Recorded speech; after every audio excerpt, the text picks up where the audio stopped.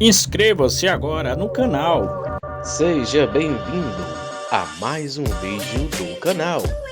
Fomos Testemunhas de Jeová. And so that is the real good news, that God sent and gave His life on our behalf. Aceasta este cu adevărat vestea bună, faptul că Fiul lui Dumnezeu și-a dat viața pentru noi. And there could be no more wonderful good news than that, this ransom sacrifice. Și nu există veste mai minunată decât acest sacrificiu, vestea acestui sacrificiu de mântuire. Without it, we are all condemned as sinners. Sorry? Without that sacrifice, we would all be condemned as sinners. Fără acest sacrificiu, cu toții am fi condamnați ca păcătoși. We would have no future hope without that. Nu am avea o speranță pentru viitor în absența acestui sacrificiu.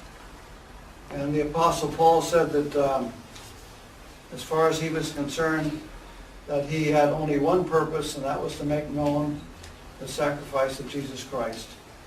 Și Apostolul Pavel spune că în ceea ce îl privește, el are doar un singur scop, și anume să facă de cunoscut sacrificiul lui Iisus Hristos. So,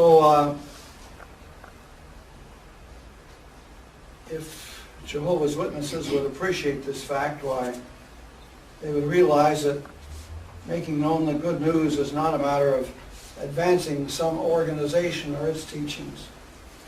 Dacă martorii Jehova ar înțelege lucrul ăsta, atunci ar înțelege și faptul că a predica vestea bună nu înseamnă a predica învățăturile unei organizații. And within the organization, one is viewed as a good Christian according to the amount of time he spends going in what they call field service. În cadrul organizației, cineva este privit ca bun creștin sau mai puțin bun creștin în funcție de timpul pe care îl petrece în ceea ce ei numesc lucrarea pe teren. But if you think about conditions in the first century, you can realize that things were very different from what Jehovah's Witnesses view life as. Dar dacă vă gândiți la condițiile în care trăiau oamenii în primul secol, puteți vedea că lucrurile sunt foarte diferite de modul în care concep această interpretare martorii lui Jehova. A man in those times, his work began at sunrise and ended at sunset. Pe acele vremuri, munca unui om începea la răsăritul soarelui și se încheia la apusul soarelui. So his whole day was occupied. Așa încât întreaga lui zi era ocupată. And the women did not have all the easy things that today women have. Și femeile nu aveau toate facilitățile pe care le au astăzi. If a woman wanted to prepare a meal, she couldn't just go to a stove and turn a knob and get heat. Pentru a pregăti o mâncare nu putea pur și simplu să meargă la o sobă sau o aprindă răsucind un buton. She had to bring in wood to start a fire. Trebuia să aducă lemne în casă, să strângă lemne ca să facă focul.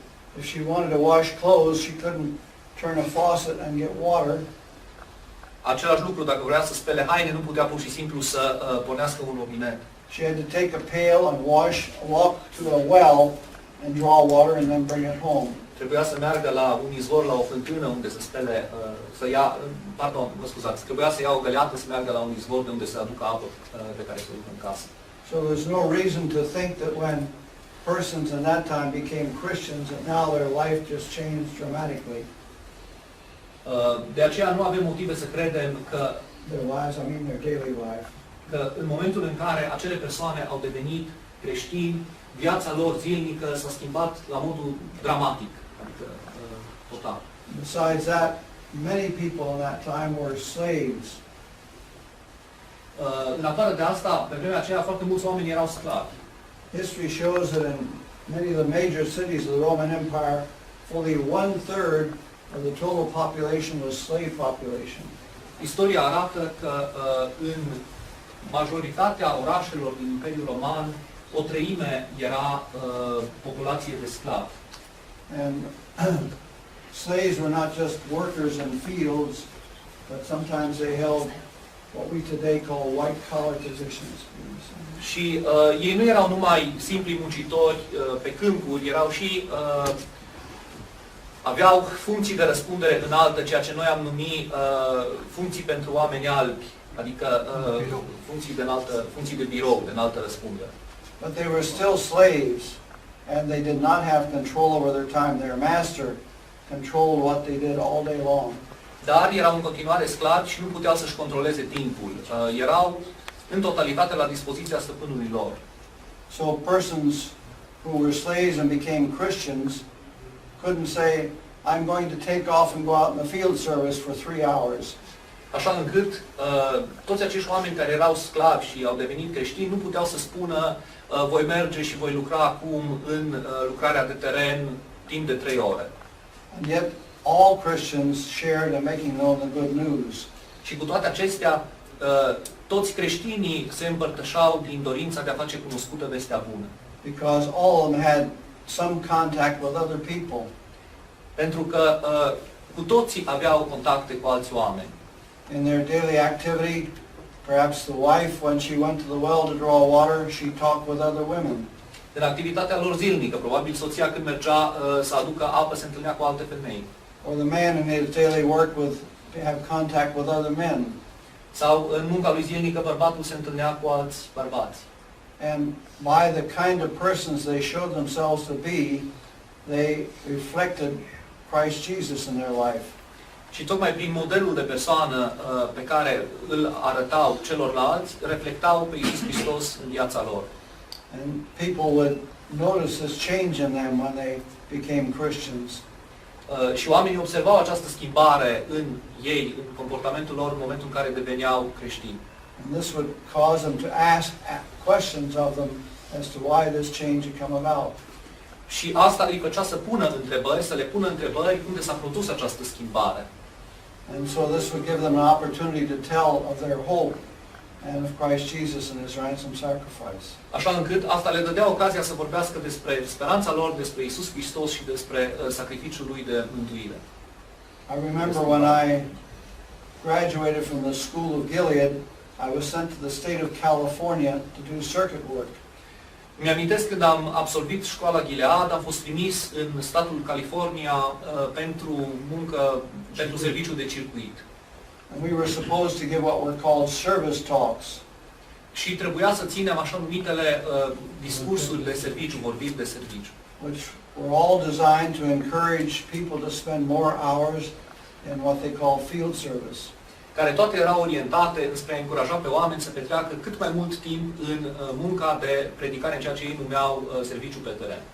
And I wanted my talk to be a scriptural talk, so I spent days and days and days going through the Bible, trying to find some scriptures that I could use to support this idea of field service. Și eu doream ca vorbirea pe care o voi ține să fie scripturală, așa încât am petrecut foarte multe zile întregi, căutând în Biblie argumente prin care să pot să susțin această idee a serviciului pe teren. And I was surprised. I thought, why is it that neither Paul, nor Peter, nor James, nor John, none of them talk about this field service? They don't talk about group witnessing or anything of that kind.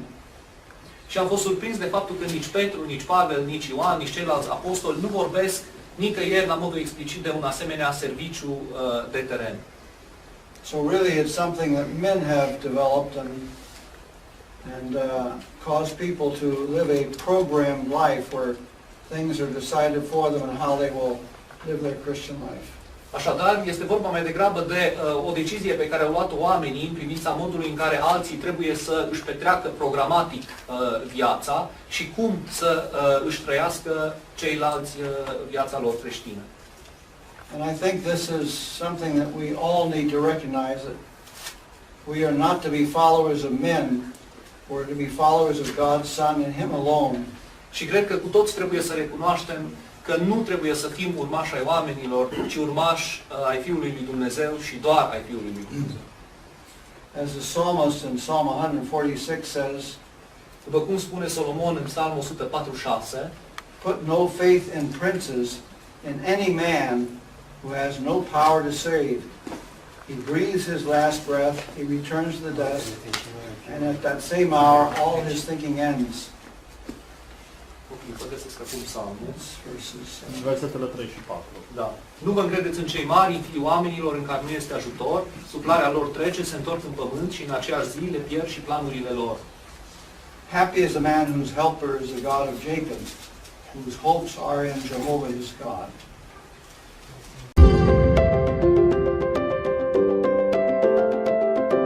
Inscreva-se no canal, deixe o seu like, compartilhe o vídeo, faça a sua parte para ajudar outros.